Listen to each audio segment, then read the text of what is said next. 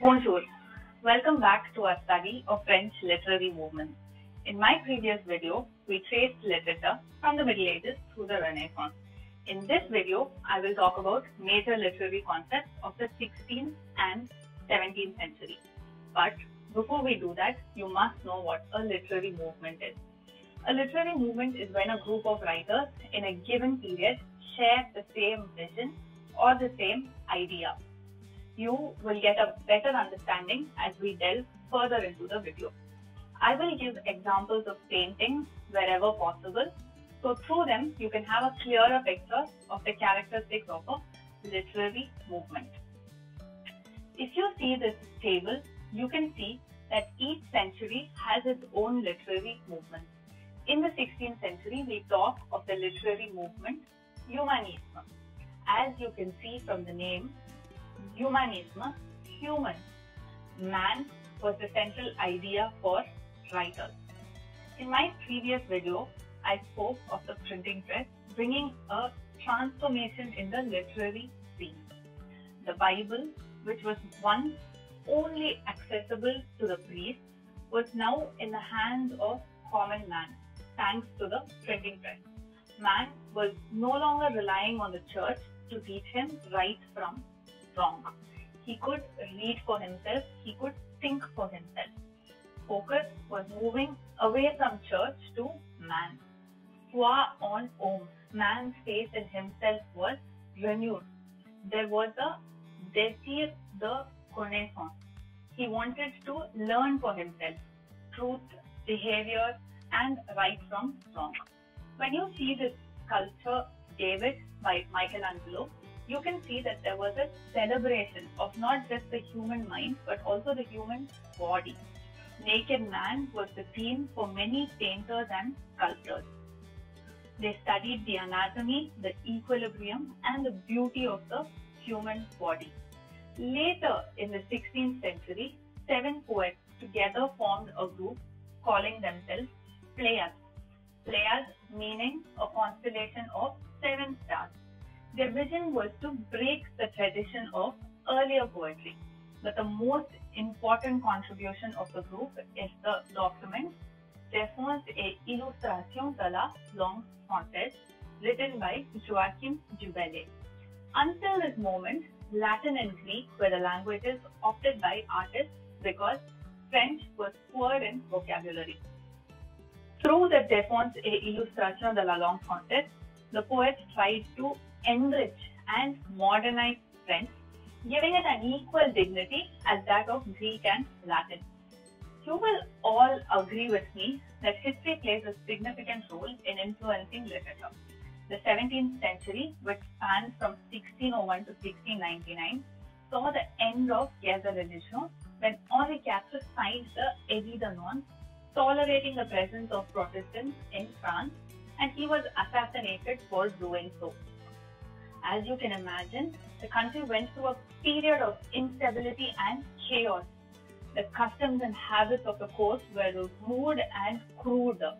The women of the court decided to distance themselves and would invite to their homes literary figures, artists, politicians, intellects for discussions, intellectual games, competitions, etc. And thereby was born the concept of a salon. This movement was called Preciosité and the women were called Précieuses.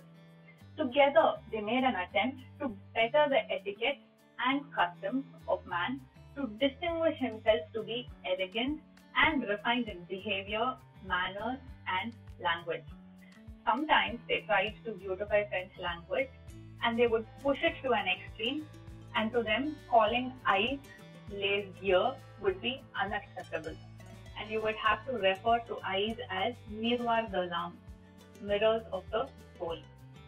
Some common theme among the Précieuses were love, beautification of the French language, and perfecting the art of conversation. Here you have a picture of a salon. A little later in the 17th century, we have a movement called Baroque.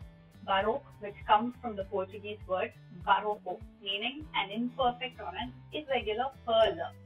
The second half of the 16th century saw the Protestant reform.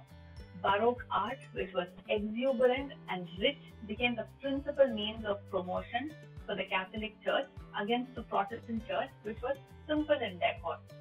This movement was characterized by la stabilité, le mouvement, le rêve, la religion. In this picture of the church constructed in Baroque style, you can see the richness I was talking about. For the major part of the 17th century, we talk of Classicism, a movement which was the opposite of Baroque. Baroque represented instability and Classicism represented stability. Classicism comes from the Latin word classical. 17th century saw the reign of Louis XIV, Le Roi Soleil. History reflects in literature. France, from a period of instability, sees religious, economical, and political stability under the reign of the Roi Soleil. This stability was seen in this movement, Classicism. There was order. There had to be order and structure to any work of art. Clarity. Since we talk about literature, any written work had to use clear and pure language.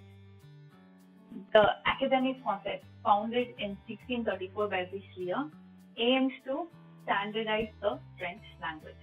Harmony. There had to be harmony in the art between a clear language and the thought behind it. Most literary works during the century spoke about the homme cultivé, honnête homme, an ideal man of the 17th century. A man who was in control of his emotions, a man who was cultured and modest with good taste, elegant not just in the exterior but also in the interior. Finally, this movement was defined by reason. Artists had to paint or depict the truth. If you see this painting, you will understand the characteristics we just spoke about. There is order, symmetry, and a respect of proportion. The king seated in the middle with pillars on either side and people equally distributed. The composition is clear and structured. The message is clear. If you look at architecture, you can see that in the Garden of Versailles, Jardin de Versailles, the compositions are once again symmetrical. There is order and balance in the decor. Now, speaking of literature, let's read together this citation by Boileau in his Ars Poétique. He says, quand un lieu, 15 jours, un seul fait accompli, tiennent jusqu'à la fin le théâtre rempli. Let's look at classical theatre to understand what he said. Even literature showed stability, clarity, and order. But in order to achieve these, you needed rules. Let's look specifically at drama. Most classical dramatists of this period followed these rules. Règle des 3 unités. Unité de temps. The play had to take place in 24 hours. Unité de lieu. The play had to happen in one location. Unité d'action. There had to be one plot. Bienséance. Anything that was acted on screen could not shock the public. So if the script had any violence, it had to be only narrated and not acted. Vraisemblance. Typical to classical literature, the play had to depict truth. If you read L'Avare by Molière, you will see the classical rules well followed. Hope you found this video useful. If you have suggestions on how this can improve, do leave a comment. In my next video, we will talk about the 18th and the 19th century. Next.